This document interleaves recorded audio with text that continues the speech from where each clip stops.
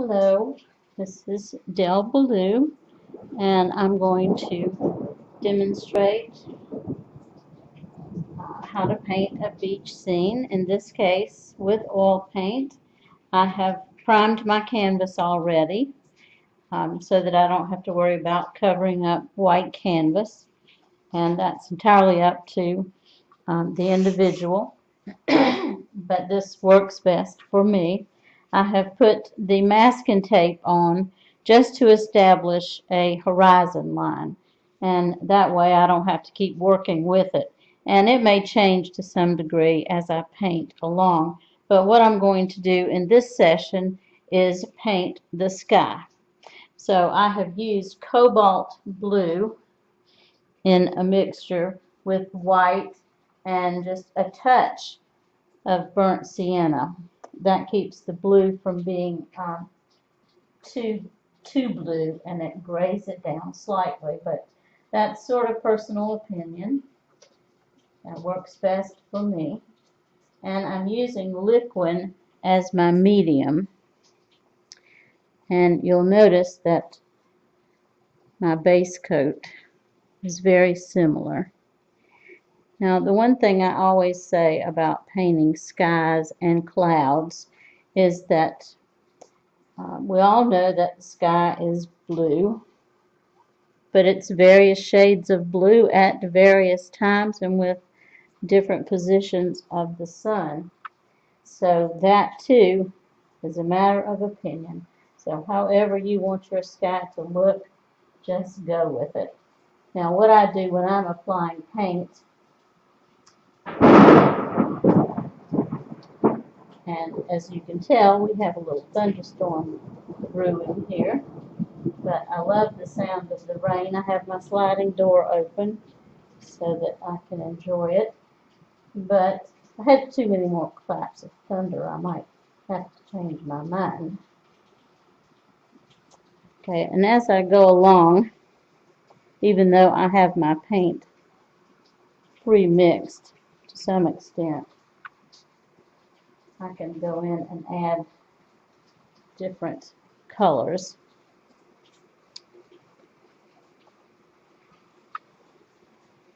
I'm not too happy with what happened there.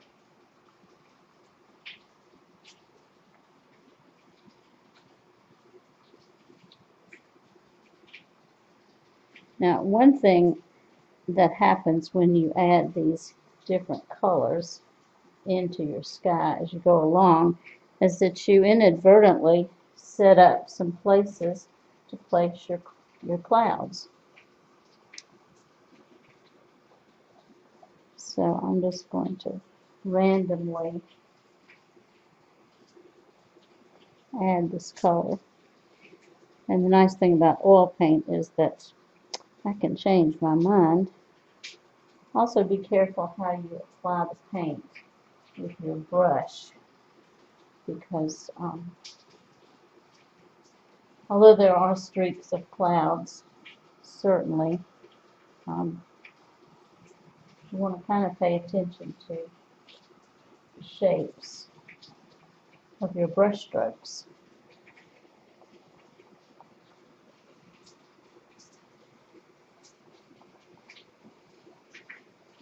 And as you know, if you've ever watched a sunset, and I'm sure most of you have, you also realize that the colors of the sky change dramatically with sunrise and sunset.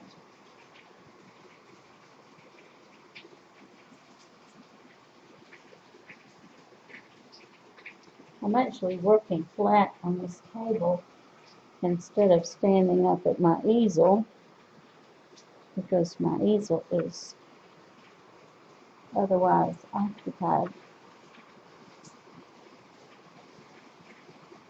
But I like working flat.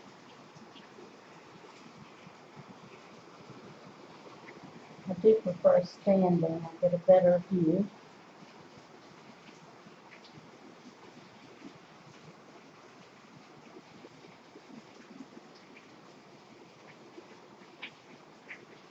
I'm going to gray this these darker areas somewhat.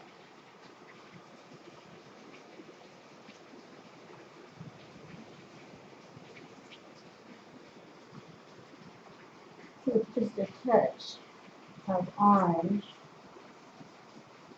Orange is the complement to blue. So anytime you need to gray down a color to keep it from jumping off the canvas, you just add a little bit of the complement. I'm going to sort of consider where my clouds are going.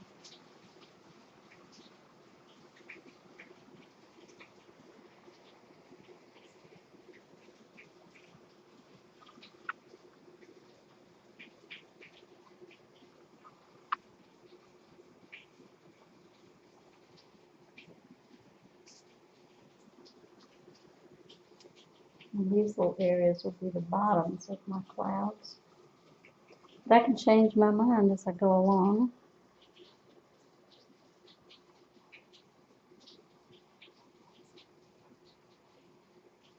And I can also add more color as I decide where I want my clouds to go. And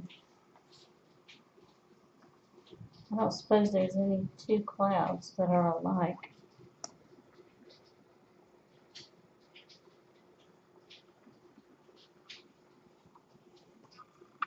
This is going to be a somewhat cloudy day. I really don't like having to deal with shadows much in beach scenes because I have all those shadows from sea oats I have to deal with if I have too much sun.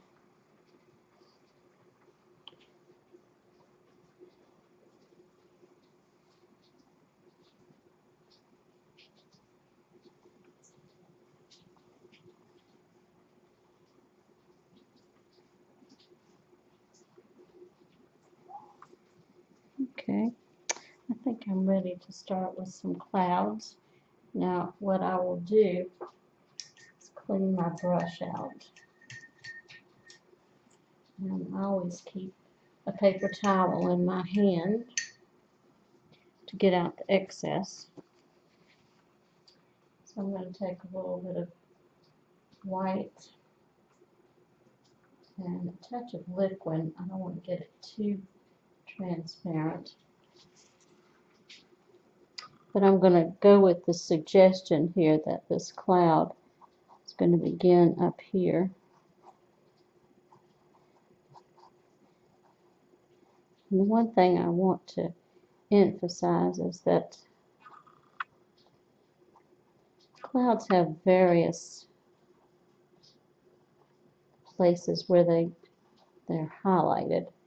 And I sort of like what's happening there, so I'm going to leave that.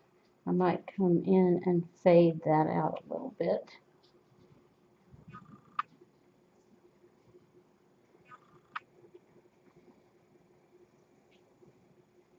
Maybe you've always been a cloud watcher.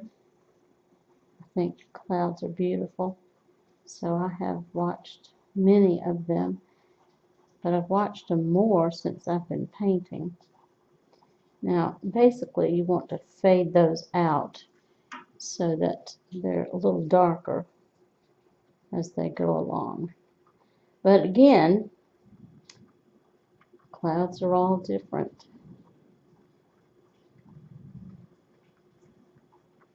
I'm going to start down here with another little patch of clouds. Now, some people like highly textured paintings, and that would include clouds, but I like them to be a little bit smoother. And because this is oil paint, I can change my mind as I go along. Okay, I'm cleaning out my brush to get some white paint without any liquid because it's already pretty moist. And I'm laying in some texture here, some places where the light might be hitting the top of the cloud.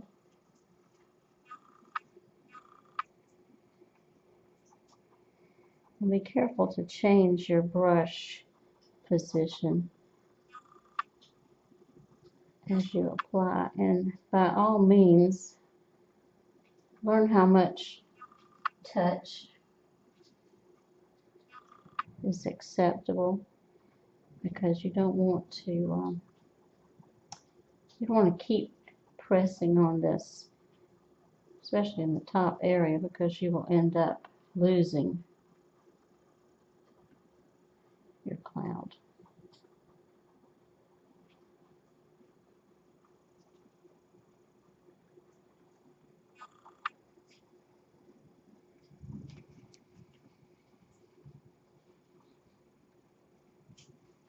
I'm wiping my brush out again, and I'm going back into certain areas.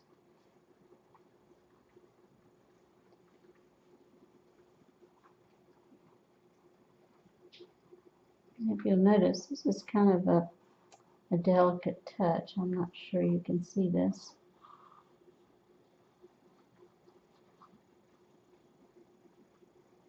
But some clouds have some round shapes in them. Others have some straight. So I'm going to do a few different ones. I may have to come back as this starts to dry and do some more.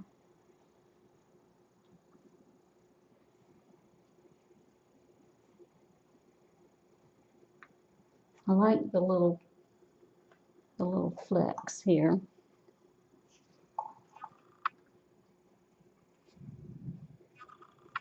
But because I have so much medium, I can't make that happen too thick.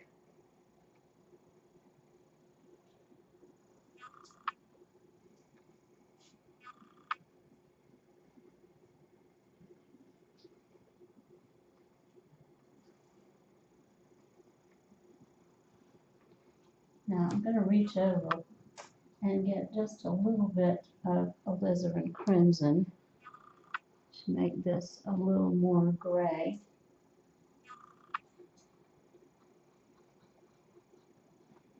To suggest that these clouds are heavy. They are full of rain, perhaps, or getting full of rain. So my real storm outside is encouraging that kind of thought.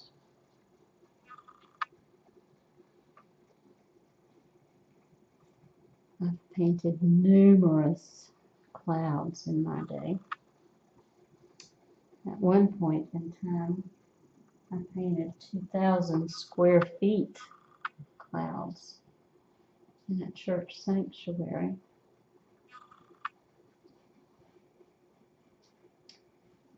And that was quite an undertaking.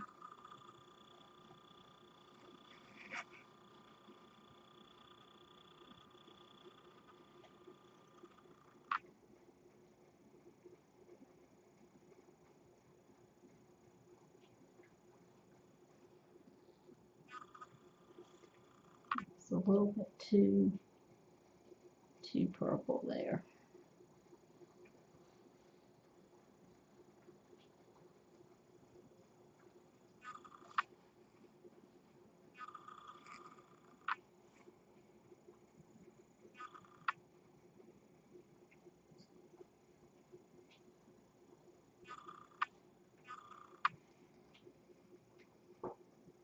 In most cases, if you want something to show up, you need to create some contrast, and that's what I'm trying to do here. Is create some contrast.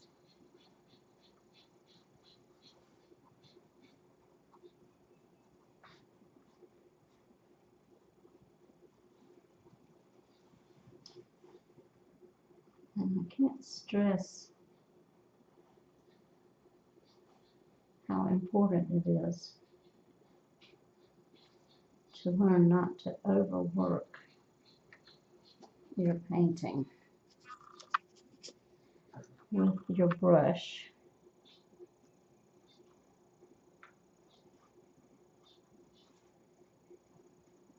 Beginning painters, and I must admit I did this for a long time because I didn't want to waste a bit of paint.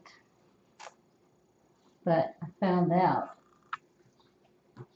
after so long a time that if you keep working with the paint that's in your brush, it's easy to overwork it. Okay, so I'm pretty satisfied for the moment with that.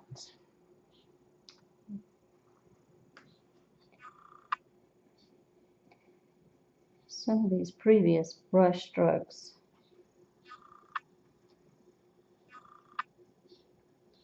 kind of automatically suggest a place that I could put some highlights.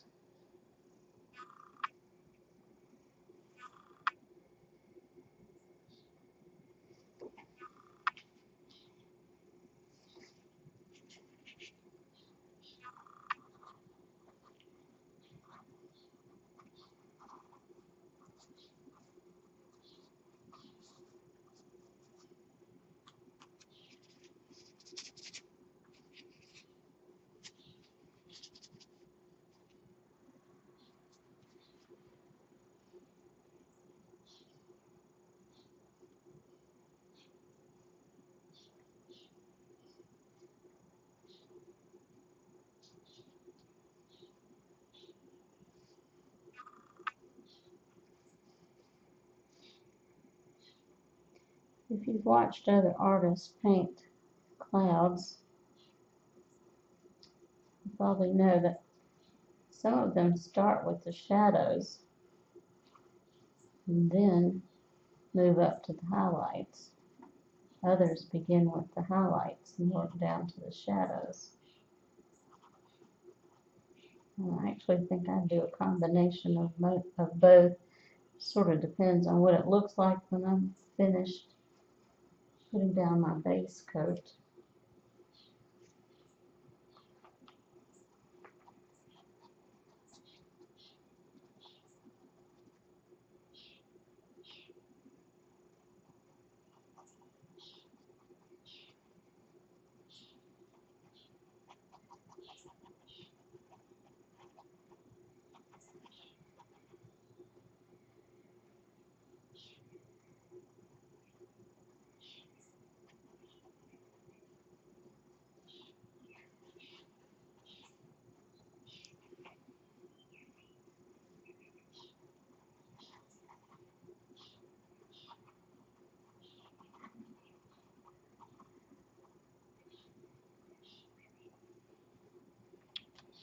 I realize there's a glare from my light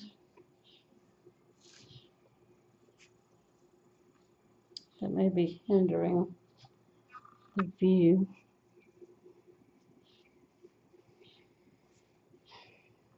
So let me turn one light off.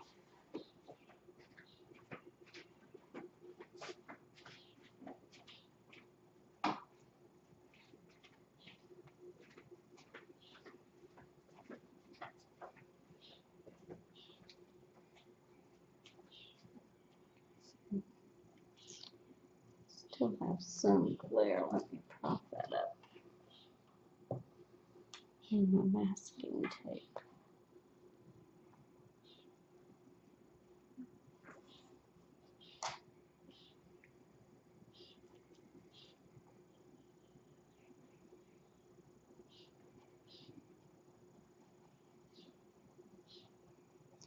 Now these clouds are going to show up much better when you put them up against the darker values.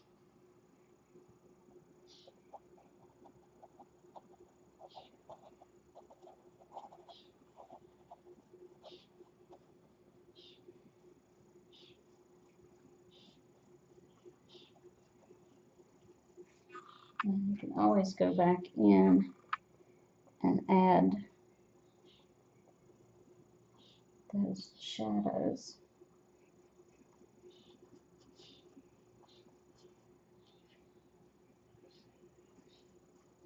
and actually create some dark areas.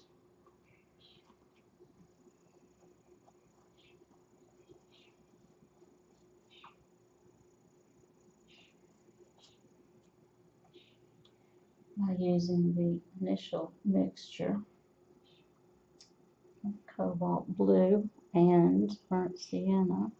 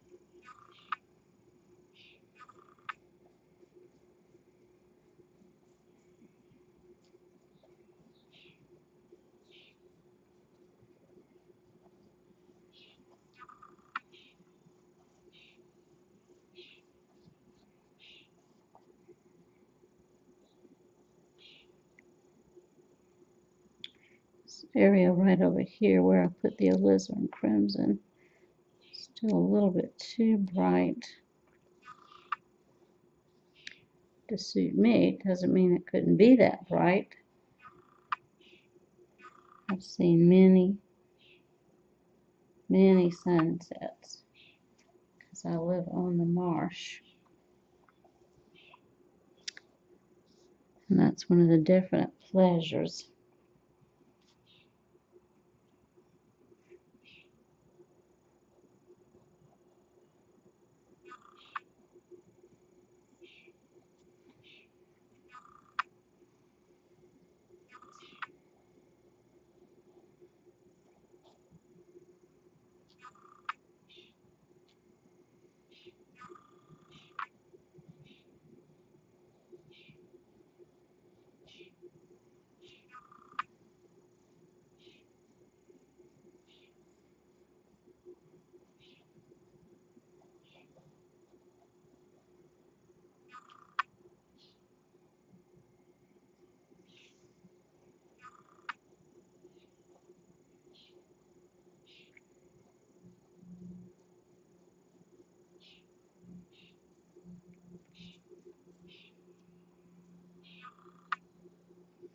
I don't like my clouds to be too busy.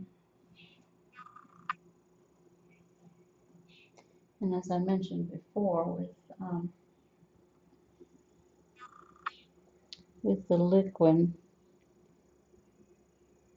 the white tends to blend in too much, so I kind of have to let this dry. And I'll come back and highlight these areas, but it really depends on how busy you want your sky to be. And I'm sort of happy with this beginning. So for now, I'm going to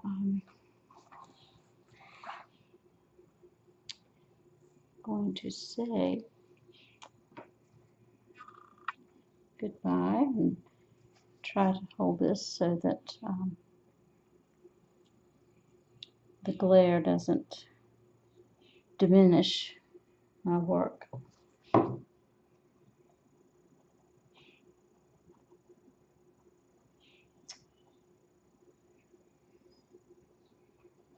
always that tendency to just keep dabbing, but for now I'm going to call this stage finished. Thank you for watching.